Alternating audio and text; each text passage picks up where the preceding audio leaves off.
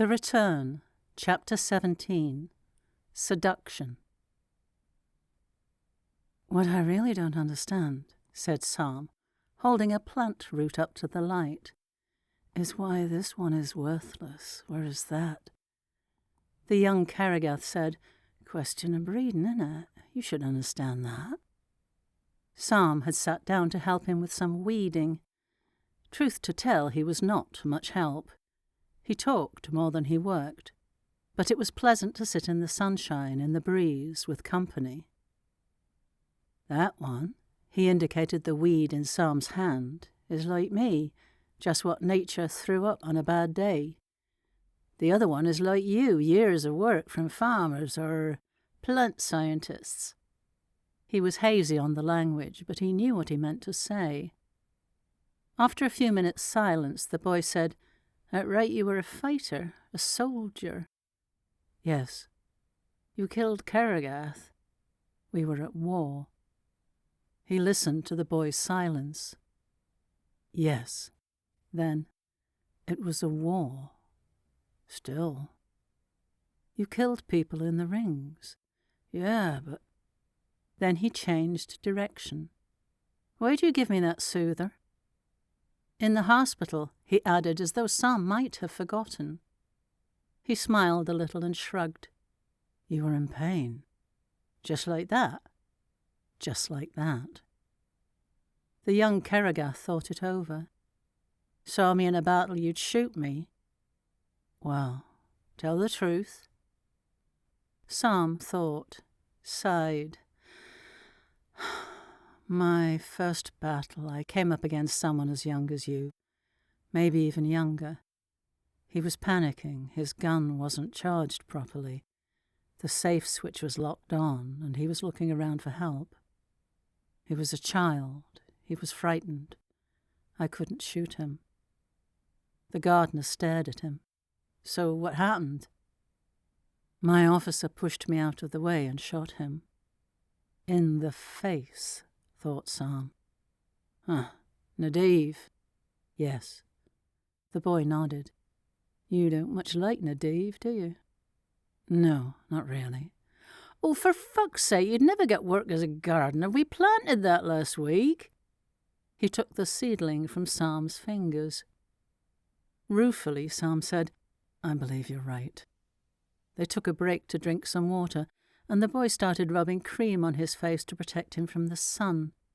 He offered it to Saam, who smiled and shook his head. "You don't burn. Your skin, it doesn't burn in the sun." "No." "You'll be okay in the rings, then." They looked at each other. Saam had heard stories, but his companion had been there, seen it for himself. "No, maybe not," he admitted. "We're done here. You need help," as he watched Saam struggling to get to his feet. "Why'd they do that?" He meant the damage done to Saam in Osaka. Saam looked him in the eye, shook his head. He didn't know. The younger man grinned. "Come and meet Daniel." The old gardener was a stocky Xonak, hair almost white. He'd been strong, but somewhere along the line, his sight had begun to fade. He needed help to get anything useful done in the garden. Saam tried not to think about what would have happened to him were they back on Hannath. "He sings nice, you should hear him," the boy confided. Daniel Levin. The name was familiar somehow. So few slaves had two names. The man was warm, friendly, and there was a clear bond forming between him and the Keriss boy. Saam looked into the man's face at the damaged eyes. One eye was almost completely clouded over, the other hazy. Surely there must be something that could be done for him. Had Tor even noticed that their head gardener was close to blind? Well, it was easy enough to talk to him. Saam played chess with Tor. 3 weeks confined together had made them friends, and this was how Tor liked to spend time with his friends. Saam was not a natural player, and the beatings had not helped his ability to focus. He was getting roundly hammered. The Hannath was telling him quite cheerfully that he, Tor, was the Japanese gang's original target, not Saam. But why? For money. People paid to watch it online. Saam felt sick.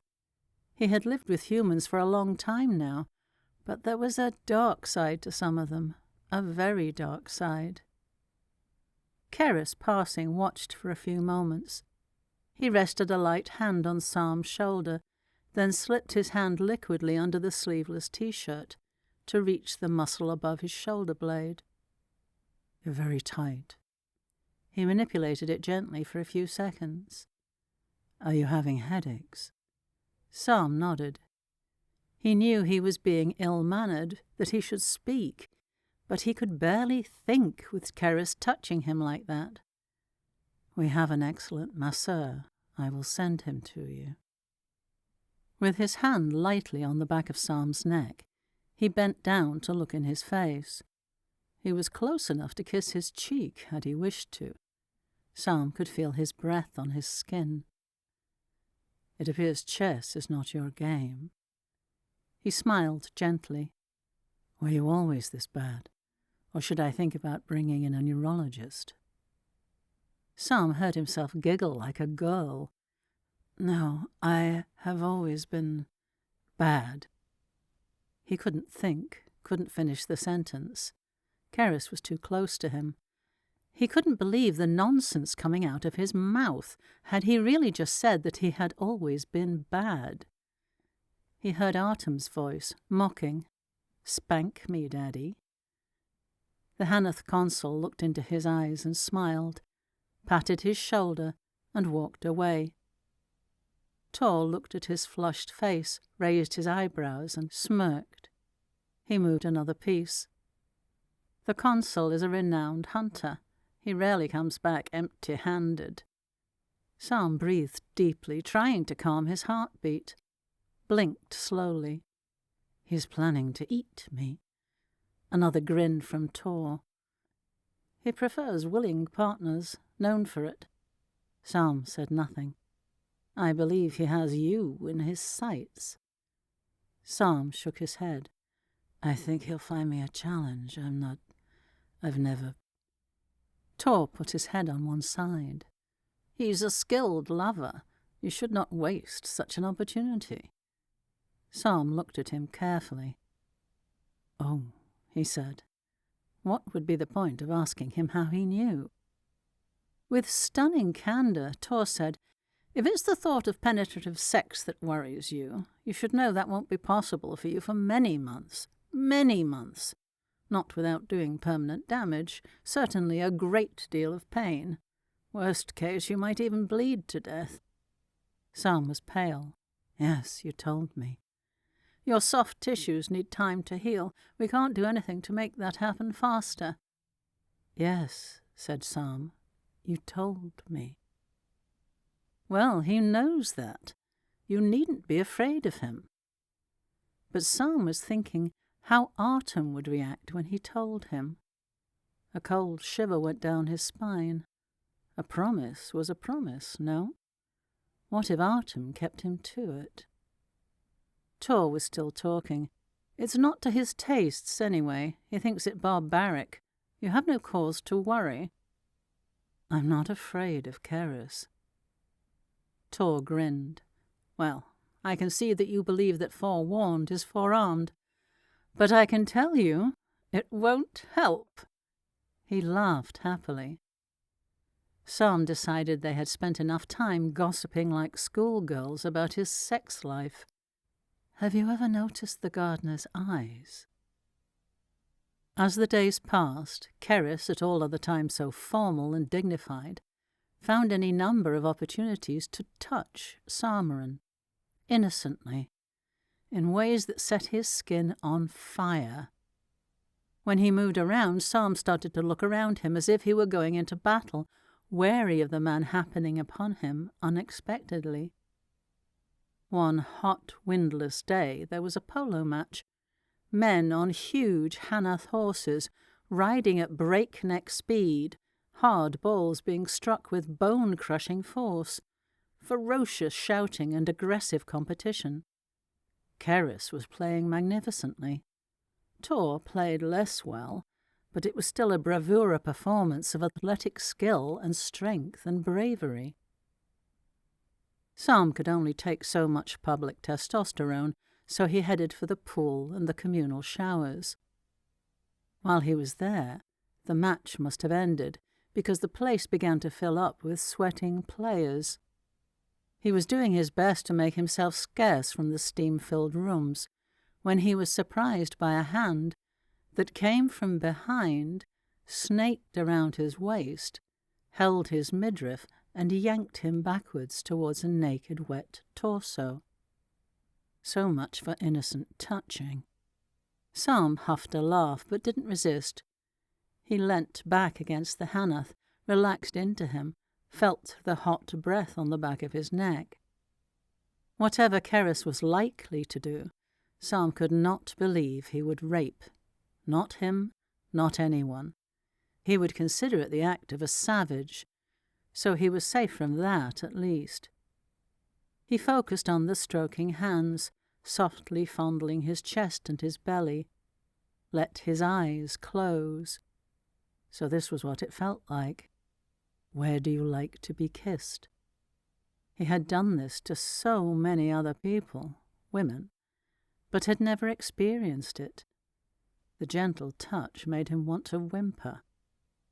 Would it really be so awful? Perhaps he should just let go. Then he was aware of a man standing in front of him and opened his eyes. Keriss. He jerked in shock and tried to pull away, but he was held. The caressing hands now held him tightly. He was going nowhere. So, this is how you spend your afternoons. I confess I am surprised. Keriss aimed for stern disapproval, but he could not hold back his smile. Then he said more seriously, You know it is not entirely safe for you to be here after one of the games. There were more than a dozen naked Hannath in the showers, 2 of whom were focusing on Saam.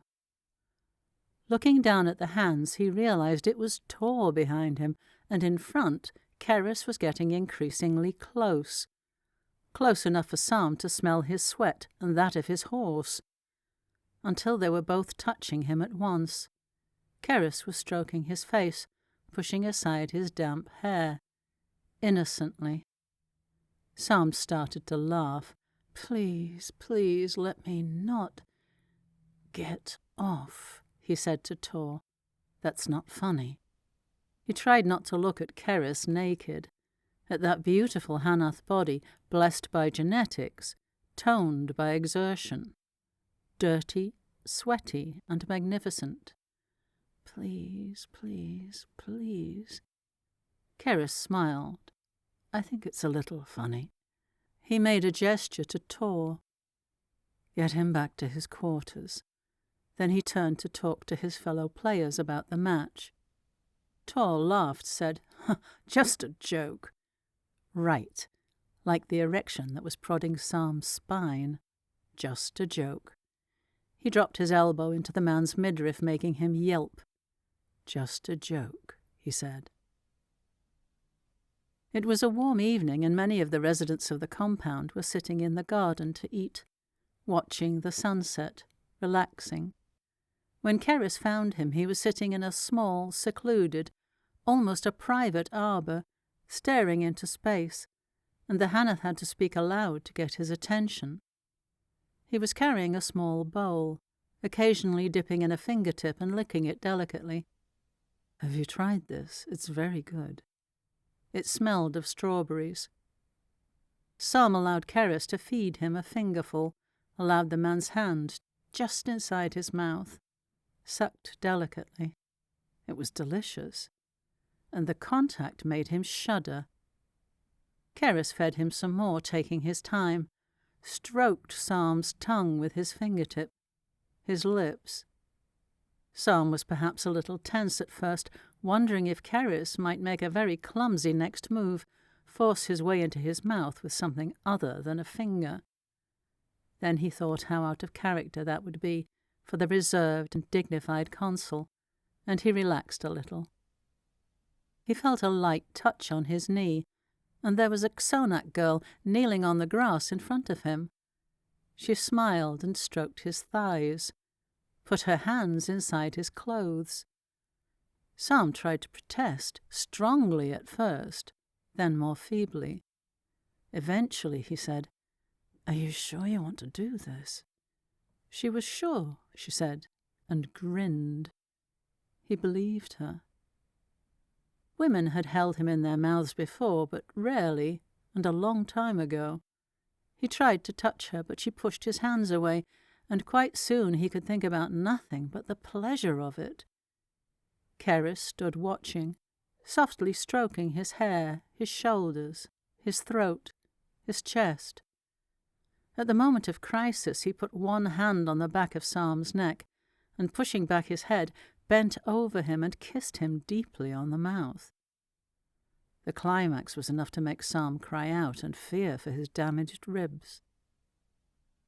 He woke the next morning unsure if he had been dreaming.